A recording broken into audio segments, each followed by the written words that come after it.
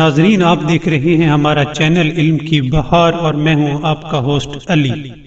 ناظرین، ایک دفعہ کا ذکر ہے کہ ایک شخص امام جعفر صادق علیہ السلام کی خدمت میں حاضر ہوا اور کہنے لگا، اے فرزند رسول، مجھے بتائیں کہ پیاز کھانے کے کیا فائدے ہیں؟ تب امام جعفر صادق علیہ السلام اس شخص سے مخاطب ہوئے اور فرمایا، پیاز کھانے سے منہ کی بو دور ہو جاتی ہے اور پیاز کھانے سے بلغم کا مرض ختم ہو جاتا ہے۔ پیاز کھانے کا تیسرا فائدہ یہ ہے کہ انسان کے جسم سے سستی اور کاہلی دور ہو جاتی ہے۔ پیاز کھانا رگوں اور پٹھوں کو مضبوط کر دیتا ہے، اور پیاز کھانے کا پانچواں فائدہ یہ ہے کہ اس سے دانتوں کی جڑیں مضبوط ہوتی ہیں۔ اس کے علاوہ پیاز کھانے سے مردانہ قوت میں اضافہ ہوتا ہے اور نسل زیادہ ہوتی ہے۔ تب آپ نے فرمایا کہ اے لوگو، پیاز کھایا کرو، کیونکہ پیاز کھانے سے بخار دور ہو جاتا ہے اور پیاز کھانا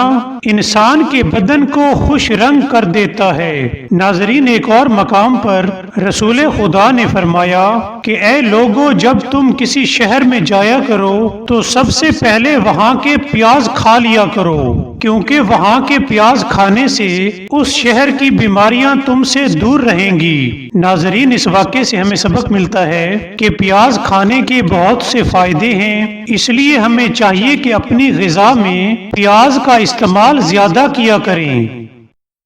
ناظرین، اگر آپ کو ہماری ویڈیو پسند آئی ہو تو سبسکرائب کرنا مت بھولیے گا۔ Thank you.